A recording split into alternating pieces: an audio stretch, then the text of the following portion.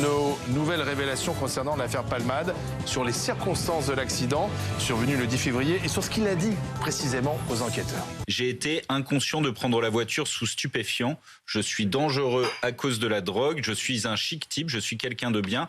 Mais il faut que mon rapport avec la drogue soit résolu, que la drogue soit bannie de ma vie. L'enfant donc est né vivant et qu'il est décédé une demi-heure plus tard des suites de l'accident. Le juge d'instruction, en fin d'information judiciaire, pourra retenir la qualification d'homicide involontaire. La piste d'une utilisation du téléphone portable de Pierre Palmade alors qu'il était au volant pourrait être l'une des causes de cet accident. L'enfant de 6 ans qui se trouvait lui aussi dans le véhicule, qui est le fils du conducteur de cette voiture percutée par celle de Pierre Palmade, son cousin nous donne de ses nouvelles.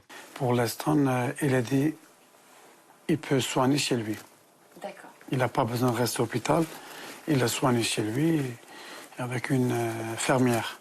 Il passe tous les jours pour voir s'il a besoin. Je pense qu'il y a tous les ingrédients dans cette affaire pour susciter au mieux de la curiosité et au pire une forme de voyeurisme. Il n'aura échappé à personne que nous sommes dans une société d'émotions.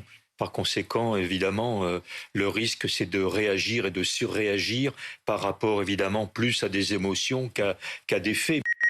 La France sera-t-elle vraiment à l'arrêt dans une semaine? C'est, vous le savez, le mot d'ordre des syndicats pour le 7 mars. Ça sera très, très compliqué de pouvoir monter dans un train le 7 mars. On l'espère, effectivement, que ce sera un mardi noir dans l'éducation nationale et que les écoles seront fermées. Vous vous êtes mis à dos toutes les organisations syndicales, y compris les plus réformistes, qui vous soutenaient hier, mais qui aujourd'hui appellent à la grève. J'espère qu'au Sénat, nous pourrons aller au fond des choses, que nous pourrons parler de pénibilité, que nous pourrons parler de carrière longue, que nous pourrons parler de minimum de pension, que nous pourrons parler de conditions de travail, tout ce que vous avez empêché dans cet hémicycle. C'est le jour 1 pour la réforme des retraites au Sénat. Les débats seront moins animés qu'à l'Assemblée. Les sénateurs seront très nombreux à participer à ce débat dans un esprit qui est celui du Sénat. C'est celui du Sénat, c'est-à-dire esprit de respect. La réforme des retraites a été approuvée par la Commission des affaires sociales du Sénat. Ça veut dire que tous les articles ont été adoptés. Le Sénat ne représente pas le peuple français. Attends, vous êtes en train de dire le Sénat, là, ce qui va se passer pendant 15 jours au Sénat, ça ne sert à rien. Ils sont élus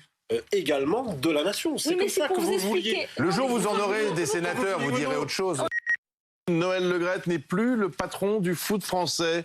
Il a démissionné il y a quelques instants. Noël Le Graët qui était dans la tempête depuis plusieurs semaines, depuis plusieurs mois avec cet audit accablant du ministère des Sports. Philippe Diallo qui va assurer l'intérim jusqu'au 10 juin prochain, date de la prochaine Assemblée fédérale. Moi, ce que je souhaite aujourd'hui, c'est que la fédération continue sa modernisation, qu'elle soit irréprochable dans les comportements. La première réaction de la ministre des Sports, Amélie Oudéa-Castéra, à la démission de Noël Le Graët, elle dit ceci: Noël Le Graët a pris la bonne décision pour la Fédération française et pour lui-même.